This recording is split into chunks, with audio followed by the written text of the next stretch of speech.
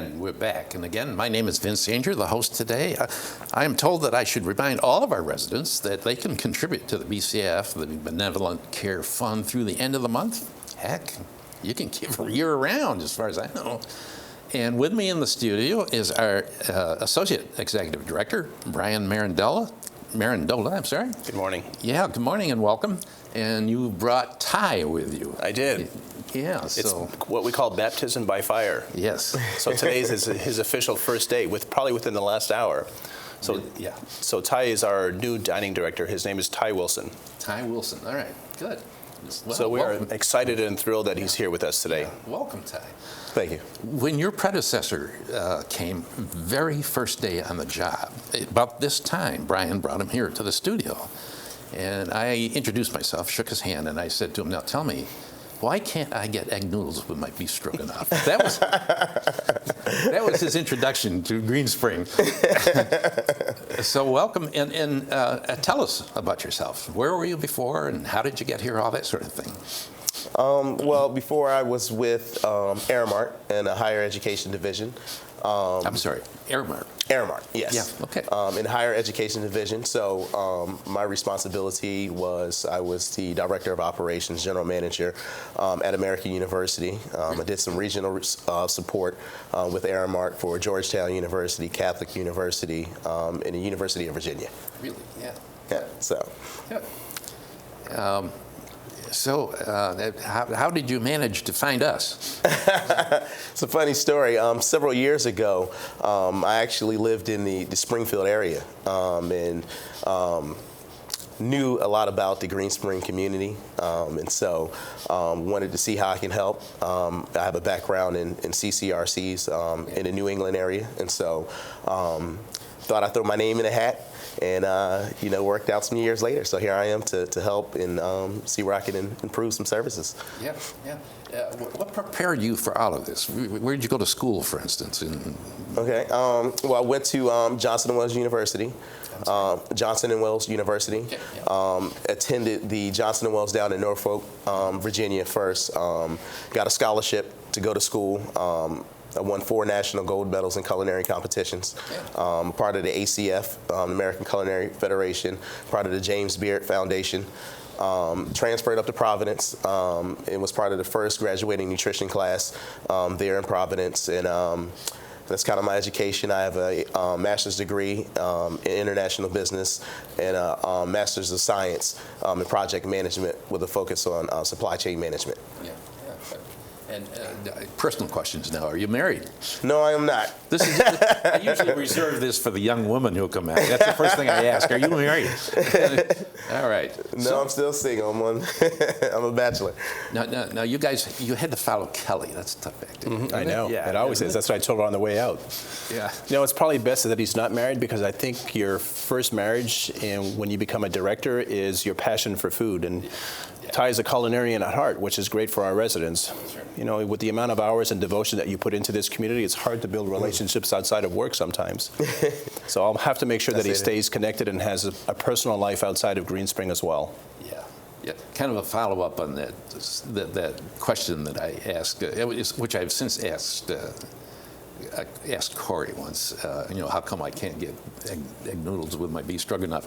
What I've noticed now, Brian, Ty, what I've noticed now is I can't get beef stroganoff with my egg noodles. So it's the other way around. So who do I talk to about that? I guess I talked to you about that. So you have updates for us, Brian. Anything new besides? Well, just walking through the community, I'm just asking for a little bit of civility with our residents, only because I say this with the upcoming election.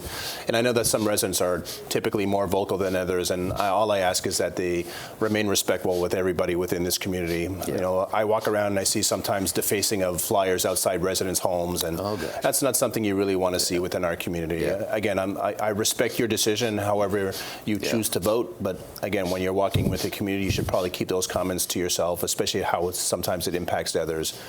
Yeah. It's the most important part. And as it relates to the medical center, I know that we always have this walk-up policy where you can walk in without an appointment.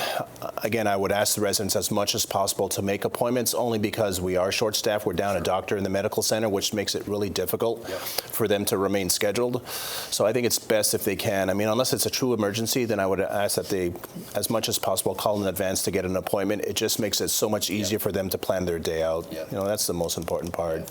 I've noticed that is a problem. Very often, prospective residents, you know, I hang out here. Prospective residents will sometimes wait me over, ask me, "Are you a resident? Do you like it here?" And I've told them the biggest thing with me is, I think, the availability of medical assistance when you need it, the medical center. You need an advocate. Yeah, in my case, it's Betsy Boyle. She is. Yeah, she's good. That's where I go. I had a problem back earlier in the year, and finally went to Betsy, and Betsy said, "This is the first thing you should have done, is come and see me." So it's, you know, I equate the medical center a little bit to dining, and I compare it more so to Fireside and Woodland Skies. If I take the reservations away, what happens is everybody influxes at the same time, no different than the medical center. You take away the appointments, and that's what happens, is the residents walk in at free will, which makes it really difficult to work around the residents. Because the doctors don't have a lot of available time. They're seeing sometimes as much as 15 to 20 residents a day. And although you may not think that's a lot, when they're spending as much as 45 minutes to an hour with a resident, do the math, it makes for a long day. Sure. Other than that, it was really talking about fraud. I'm still getting more calls about people calling for taxes, trying to get your personal information. Again, when in doubt, just don't give any information out. I can tell you now, only because I've been audited before and I've received notices from the federal government, they will send you everything via mail. They typically don't make a phone call out to you. When I say typically, they just don't. I suppose it was a year or so ago, I got a phone call from some guy who told me that my computer was seriously infected. Wanted me to go to my computer, and he'd instruct me on how to fix that, you see. Well, you shouldn't mess with these guys, should you? You should hang up. Well, but I said to him, you know, the phone's in the kitchen, my computer is in the bedroom, the phone doesn't reach. He said, "Well, you have family who can relay." I said, "I live alone." He said, "You have a friend?" And I said, "The only friend I have is Sophia Loren, and Sophia's out of country right now." He hung up. Sure enough, he hung up. And I thought, I was really proud of myself. You know, blew that guy away, didn't I? But a couple weeks later, the phone rang. These guys don't give up. The phone rang, and I recognized the voice. He wanted to know, is Sophia home? So, taxes, whatever, scams. Well, especially today with today's technology, they can program their phones to read whatever they'd like it to read. So even though it may say IRS on their phone caller ID, it's not the federal government calling you. Sure. You know, there's a lot of things. You know, look at parking. I mean, we understand it's always an influx and always a challenge for residents to adapt to any work that's being done within the community. So the option is we do no work and we hope for the best, or we take care of an 18-year-old community as best we can. And when that happens, it obviously impacts residents in a negative way. We have to displace them for the amount of time that we have to go through that construction, and it's not something that we want to see, but it's a necessity, unfortunately. So all we ask is for residents to be patient. It's not a long-term process. We hope it'll be done on a very short base, but again, it still has to get done. We're hoping to get it done before winter as well. Parking is an issue everywhere, isn't it? I remember, you know, the issue about Redskins. And I said that I think it's political correctness run amok, but I would change the name. And I was asked, well, what would you change the name to? And I said, I'd change the name to the Green Spring Redskins. But we'd have to build a football stadium, wouldn't we? And where in the world would we park? All right, what else, you guys? You got to fill up. We've got 5 minutes left here. Well, it's really working with Ty over the next 30 to 45 days. It's just getting him comfortable within the community. You know, it's a lot to absorb and a lot to take in. He has his responsibilities to our corporate team as well. So he'll be heading off to a conference at the end of the month and spending some time with the other dining directors and the other executive chefs from other communities, just to learn and understand the process. And for him to really walk around and get to know residents and understand a little bit of what we do here, more detail on the signature program, what we have to offer, and Ty's is really to refine the program as best he can, and that's why we hired him, for his expertise. Sure. You know, I love the fact that he's a culinarian first, which means it really helps Michael Ritt, and it also helps Corey Young. And really that's the objective, is to help them grow within their position so they can continue to move on and hopefully grow with us as well. Yeah. So we're excited to have him here. Yeah, well, yeah, I'm glad you're here, Ty. Welcome. Thank you. And this takes somewhat of a load off you now that Ty is here. And we're down to 3 minutes here.